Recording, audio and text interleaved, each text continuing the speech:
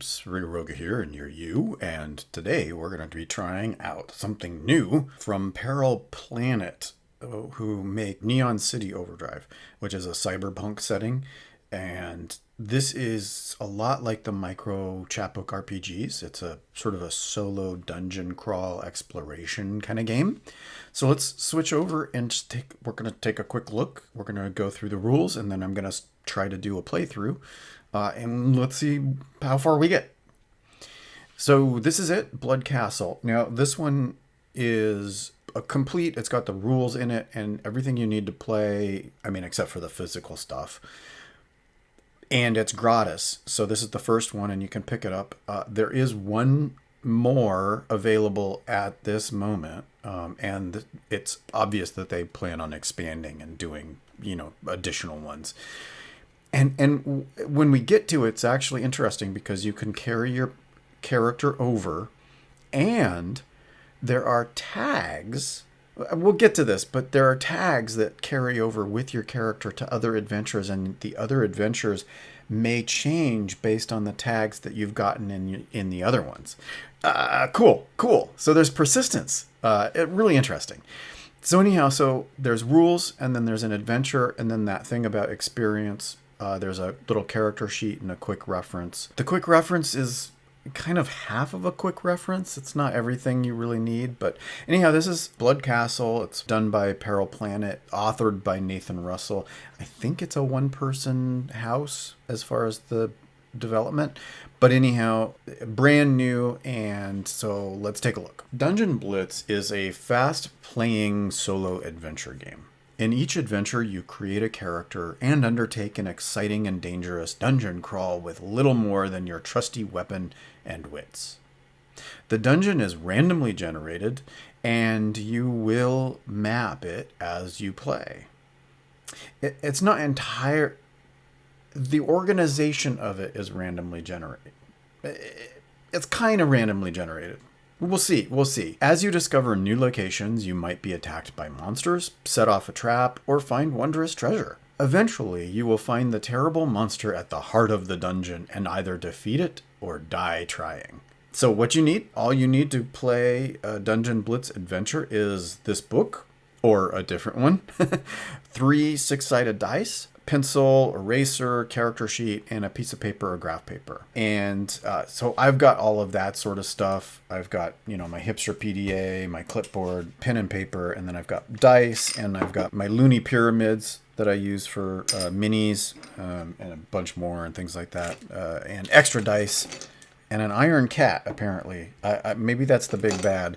I don't know. Anyhow, for the dice, there's a D6, a single 6-sided die. 2D6, roll 2 6-sided dice and add the total together. So 2 to 12. And then D66 is roll 2 D6s and then use one as the tens digit and the other as the units. So for example, a roll of 5 and a 3 would be read as 53. 2 6s would be 66, 2 1s would be 11, so on. So there's numbers that are skipped, but it gives a wider range. D3, roll a D6 and have the result rounding up. So this gives a value between 1 and 3. 1 and 2 equals 1, 3 and 4 is 2, and 5 and 6 equals 3. Your hero. In Dungeon Blitz, you portray a bold hero exploring dangerous dungeons to earn a little gold and make the world a better place. Create your bold hero by giving them a cool name and completing the following steps. Stats. Your hero is defined by 3 stats: strength, wits, and attack. Divide 6 points between these stats, and each must have a value between 1 and 5. Strength, used for lifting and carrying and breaking things. Wits, for thinking, noticing, and doing clever things. And attack, used for fighting enemies. And then, talents. You begin with a single special ability called a talent. Choose one from the following options. The special rules may not mean much yet, but will soon. Archer, make ranged attacks with advantage. Brave, you ignore the penalty for fighting monsters that cause terror. Dodge, waiting enemies make their free attack at a disadvantage. Lucky, your luck value increases by 1. Muscles, your carrying capacity is permanently increased by 2. Parry, add 1 to your defense value when using a sword. Haggle. Each item of gear purchased costs 1 less gold coin to a minimum of 1. Thief. Roll with advantage when picking a lock. Tough. Your wounds value is permanently increased by 3. There's some in there that definitely sound good to me, and others sound like, why would I care? It's just not enough. I mean, there's things that are definite mechanical advantages, but things like haggle, whatever. And the ability to carry extra is not as great as getting advantage on attacks and stuff. I don't know. Anyhow, luck. Your character begins with a luck value of 1. You will spend this during adventures. Wounds. You have a number of wounds equal to 15 plus your strength and wit stats. If either of these stats ever changes, adjust your wounds value accordingly. Defense. Your defense value is equal to 4 plus your wits stat, plus any bonus for armor you are currently wearing. If you have a hero that survived other Dungeon Blitz adventures, you can use them instead. Since this was the first one released, that's not possible, but you can play these in any order. There's no requirement that you do them in any particular order, which is really cool and interesting. And there's rules for experience and leveling on page 21, which we'll take a look at. Gear. Your hero begins with D3 rations, D3 torches, a sword, and D6 plus 10 coins, gold coins. You can purchase equipment from the list below before the adventure begins. Your carrying capacity is equal to 5 plus your strength stat. This is the maximum number of items you can lug around the dungeon. Rations, torches, and gold do not count towards this total. You can carry up to 5 torches and 5 rations at any time and any amount of gold coin. Whoa, okay. Nah, I don't know. Infinite gold coin. Those suckers weigh. I mean, gold is not light. That's hilarious that you can carry infinite gold. So there's weapons and cost and notes, and a hero can only use one weapon at a time. So not just melee, just melee or ranged. You can't actually have both. That's really interesting. Okay, so dagger, 1 coin, sword is 3. So the sword that we've got is worth 3. Axe is 5, has +1 damage, and you can bash locked doors. That's nice. Maces, bonus damage versus skeletons. Two-handed weapon costs 10, and it's +2 damage. Cannot use shields in the same combat. Bow is ranged, and crossbow is plus damage and ranged. Then there's armor. A hero can only wear 1 item of armor at a time. Light armor can be worn with other armor. Discard a piece of armor after a monster attacks to negate all damage from that attack. Ooh, so there's a Hail Mary. That's really interesting. So a shield is light. So that's what that note about light armor can be worn with other armor. So you can use a shield with other, like a shield and leather armor or whatever. And chainmail and plate mail. And so 3, 6, 16, 32 cost goes up quite a bit. So supplies, torch, lantern, rations, wineskin, healing potion, and holy water. Non-combat action to heal. Okay. Holy water. As a non-combat action, a single undead monster immediately suffers D3 damage. So you can use it as sort of an undead Molotov. Nice. Okay. And healing potions restore half of all lost wounds. Oh, interesting. Okay. Healing potion restore half of all lost wounds, not half of your total. So if you use it to top up, you're going to get like 1 or 2 points. But if you're way down, you get more. But you're still never going to get all the way healed. Interesting. But rations, you can heal 3 lost wounds at any time. So you'd take a healing potion if you were way down and to get you up, and then you would take rations, eat rations to heal up extra to get to topped off. Interesting. Okay. And remove items that are eaten, drunk, or used or discarded from your inventory. Checks. When your hero does something risky or difficult, you will be told to make a check. To make a check, roll 2d6, add a stat, and any other modifiers. If the total is equal to or greater than the action's target number, Tn, the check succeeds. If the total is less than the Tn, the action fails. Checks are noted with the stat being used and the target number required. For example, make a Tn7 wits check means you roll 2d6, add your wits stat, and see if you can equal or beat a total of 7. Similarly, the note attack Tn9 means you roll 2d6, add your attack stat, and see if you can equal or beat the target number of 9. Modifiers. Modifiers affect your chance of success by changing your die roll.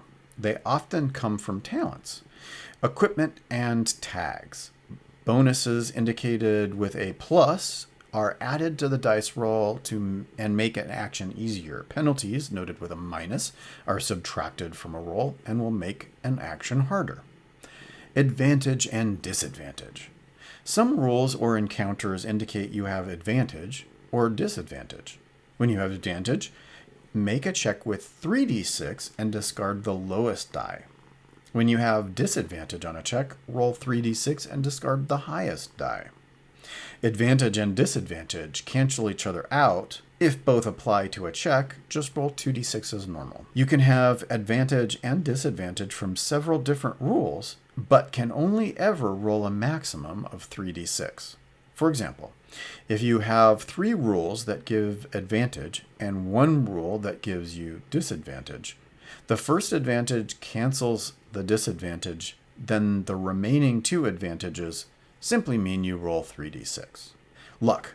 Spend 1 luck point before making a check to roll with advantage.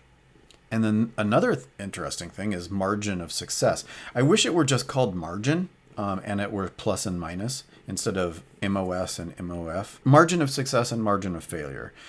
The difference between the target number and what you roll is called the margin. If the check succeeds, the difference is the margin of success, MOS. If the check fails, then the difference is the margin of failure, MOF. I wish it were just plus and minus. It's the margin and it's plus or minus. It'd be so much easier. Example, if you make a TN check and score 11, the margin of success is 2. For example, if you make a TN9 check but only score 3, the MOF is 6. Or the margin is plus 2, or the margin is minus 6. You can have a margin of success of 0. So maybe that's why you would call it margin of success. The only reason to call it margin of success instead of margin plus or minus is that you can have a margin of success of 0. So 0 is success. I don't know if that is worth the extra terminology, but okay, anyhow. So exploring a dungeon. The exploration of a dungeon happens in 3 phases. Exploration phase, you discover a new location. Combat phase, you fight any monster at the new location. Search phase, you rest or search for treasure. When the search phase is completed, begin a new exploration phase. And then so let's talk about each of the phases, I guess. Exploration phase, choose an unexplored exit in your current location, roll d66, and consult this adventure's exploration table to determine what new location you find. Dungeon entrance. Each adventure describes a starting location. Draw it on your map. This is your first location, and exploration will proceed from here. Map the location. Draw the new location on your map. Locations can be lotions? It puts the lotions on the map, or it gets the monster. Locations can be any size, though places described as small or large should be obviously smaller or larger than most of your other locations. The exploration table will also tell you how many exits are in this location. These might be corridors, doors, tunnels, paths, stairs, or other ways to continue your exploration. Draw exits as either a corridor or a small rectangle on an edge of the location. Note, exits are in addition to the door or entry you used to arrive at the location. If you roll a location that has already been visited, treat the result as the next highest.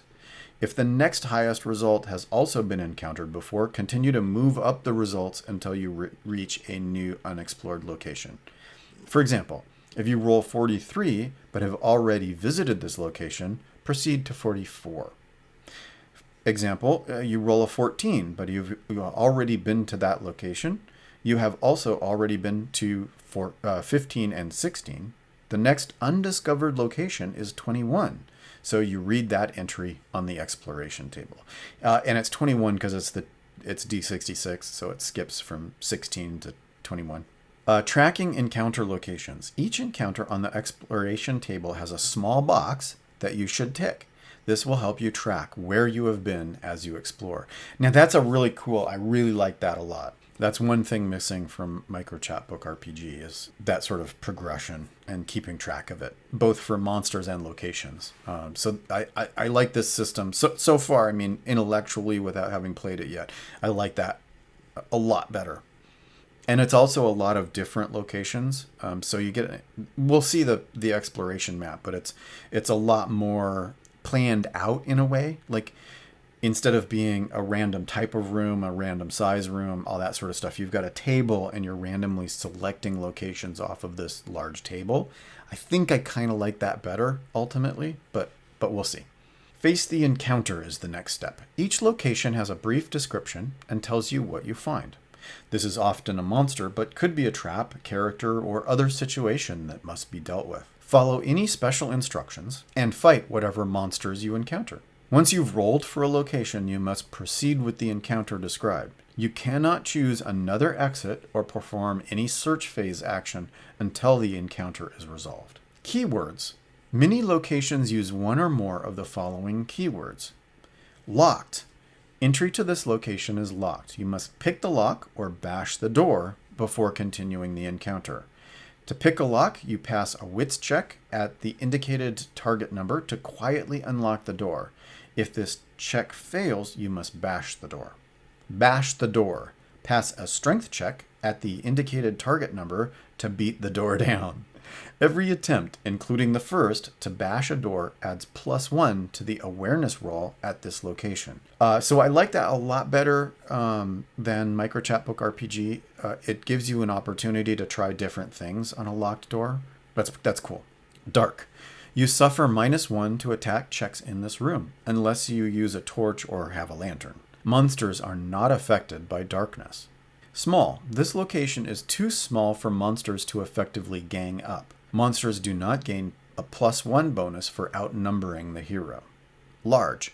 This location is big enough for you to get a free attack on a ready enemy if you are armed with a ranged weapon. Monster name. Any monsters at this location will be indicated in the description. Monster stats and special rules are provided on the monster table. You must fight all monsters at a location before continuing. And this is an interesting thing.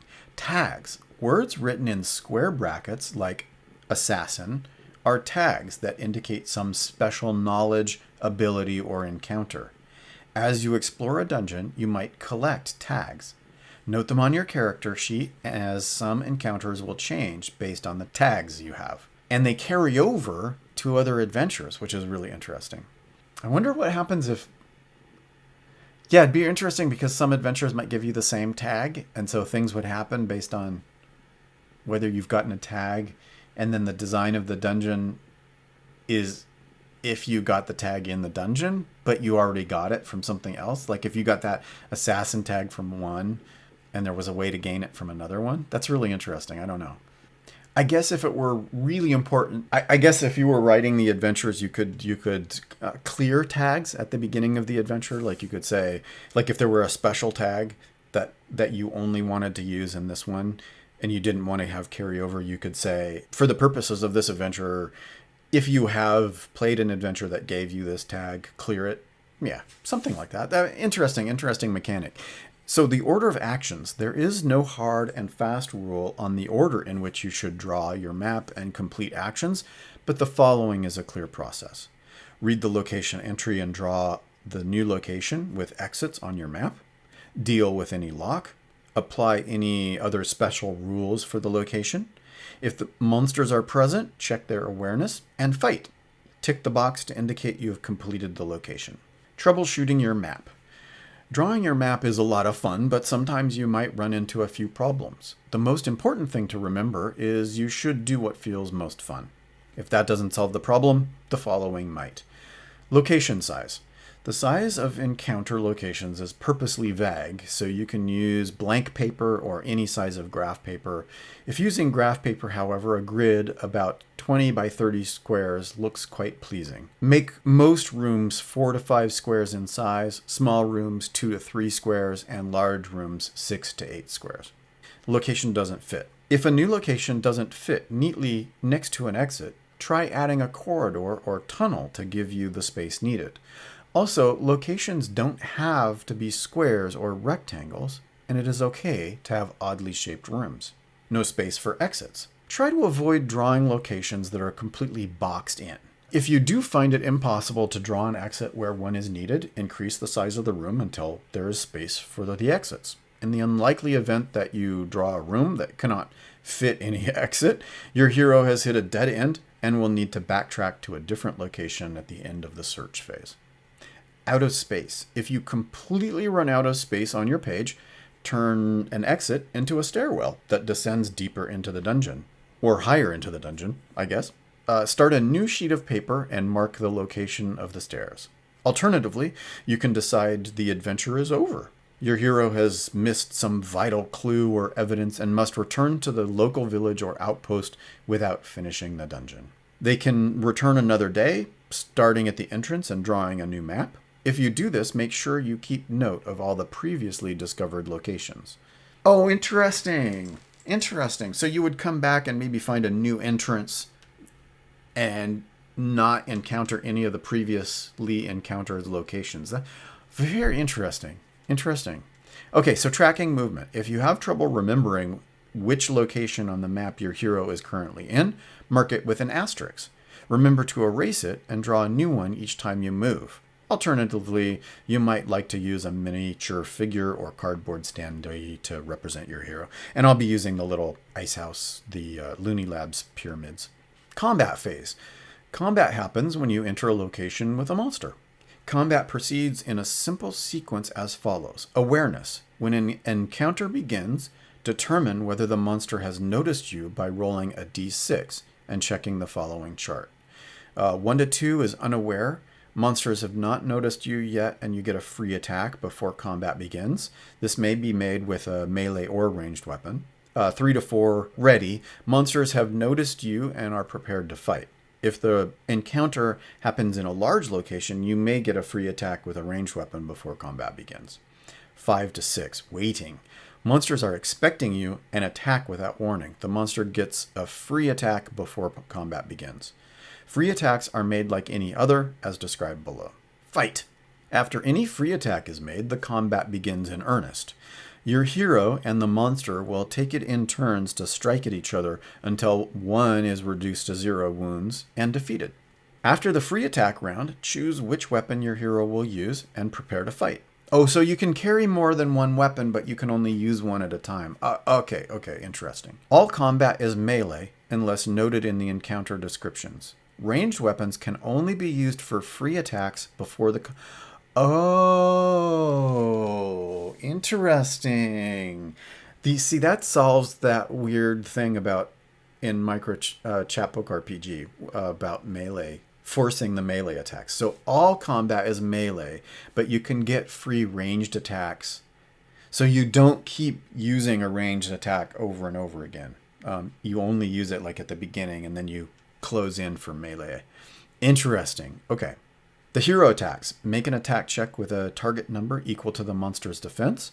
The monster loses wounds equal to the margin of success plus any bonus for the weapons used. If the monster survives, it will attack back. The monster attacks. Make an attack check for the monster using its attack value as a modifier and your hero's defense as the target number. The hero will lose wounds equal to the margin of success. If the hero is still alive, you get to attack again. Example, you attack a skeleton, defense 7, rolling 2d6 and scoring 6. You add your attack stat of 2 for a total of 8. This is a hit with a margin of success of 1. You add your sword's damage bonus of +1 and inflict a total of 2 wounds on the monster. The skeleton survived your attack, so gets to strike back. You roll 2d6 and add the monster's attack value of +1 and get a total of 10. Your hero's defense is only 9, so you lose 1 wound. The skeleton's margin of success was 1. It seems like you could make that player facing, and so a margin of failure, a negative margin would be wounds to you as the player, and a positive one would be wounds to the monster. Like you could, I wonder if you could collapse that and make it player facing, so you don't have to do as many rolls. But repeat the process until either the hero or the monster's wound value has been reduced to 0. If a monster loses all its wounds, it has been defeated. If the hero's wounds value ever drops to 0, they have been killed and their adventure is over. Non-combat actions. Your hero can give up their attack action in order to do something else, such as one of the following: eat a ration or drink a healing potion, use another item, change the weapon they're using. When you have completed the non-combat action, the monster you are fighting gets to make its attack as normal. Okay, so that's a reason not to collapse it into player facing, is that you can use your attack to do something else. There's no free actions. So that's interesting. Okay. Ganging up. If there are multiple monsters in a location, fight them one at a time. When one is defeated, another steps up to take its place. On the monster's turn, only make one attack check, but add +1 bonus for each additional monster in the room. So that's kind of like a mob in Warhammer or 40k or whatever. Example, you're fighting 3 zombies. When they attack, only make one attack check, but add +2 to the roll for the other zombies in the room. If there are different types of monsters in a location, fight them in the order they are listed, unless the instructions say otherwise. Search phase. When you have dealt with the encounter, move on to the search phase. During this phase, you have 3 options: flee, rest, or search for treasure. Flee. You leave the dungeon as quickly as you can. Your adventure is over, but your hero lives to fight another day. If you return to this dungeon, begin in any room with an unexplored exit. Do not clear previously encountered locations. Rest. You spend some time recovering from your wounds. Heal half of any lost wounds, rounding down. Example, you've suffered 8 wounds during the adventure so far. You use the search phase to rest and restore 4 of those wounds. Search for treasure.